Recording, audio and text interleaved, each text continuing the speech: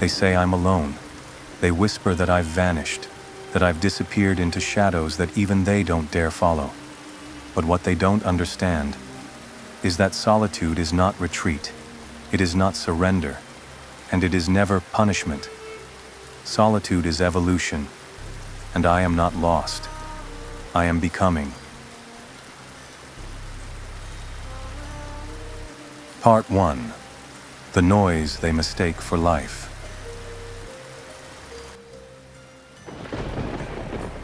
The world has taught them to fear quiet, to fill every second with noise, movement, connection.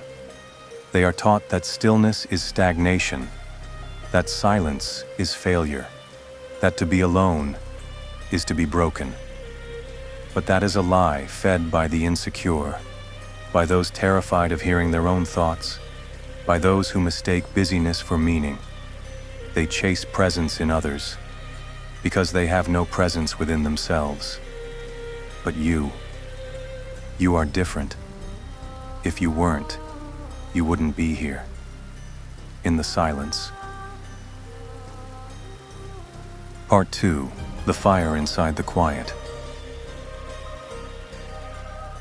Solitude is not the absence of fire.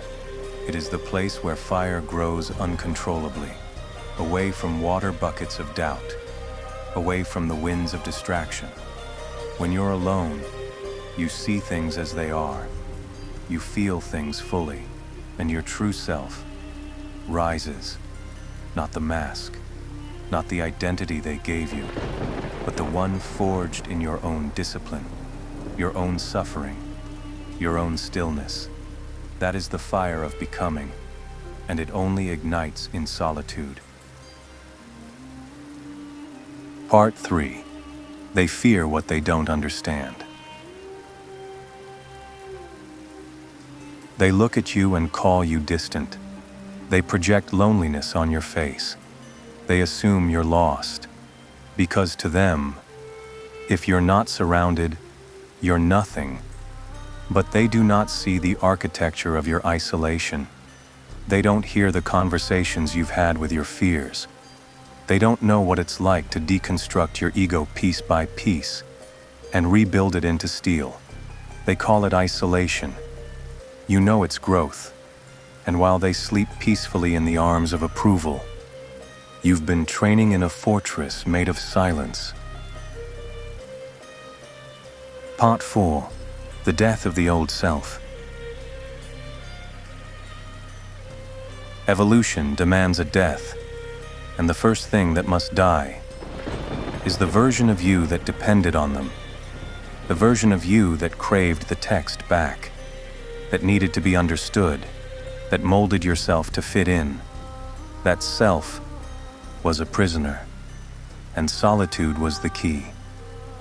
The longer you sit with yourself, the more you'll realize you were never meant to blend in. You were meant to break apart, so you could rebuild as something indivisible.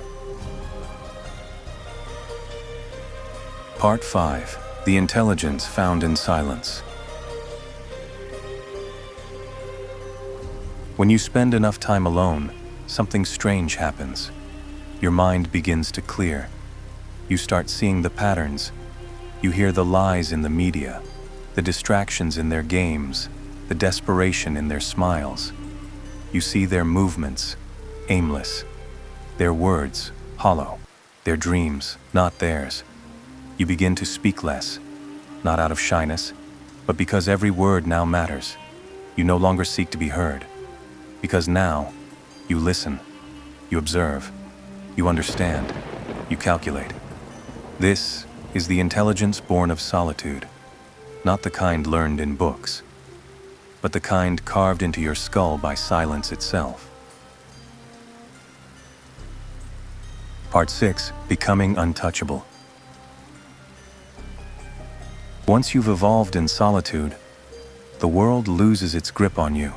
Insults don't pierce, attention doesn't sway, loneliness no longer bites. You no longer flinch at silence. You prefer it. You begin to sense weakness in others, the ones who constantly need a crowd, a comment, a camera. You see their chain of approval wrapped tight around their throat. But you walk alone.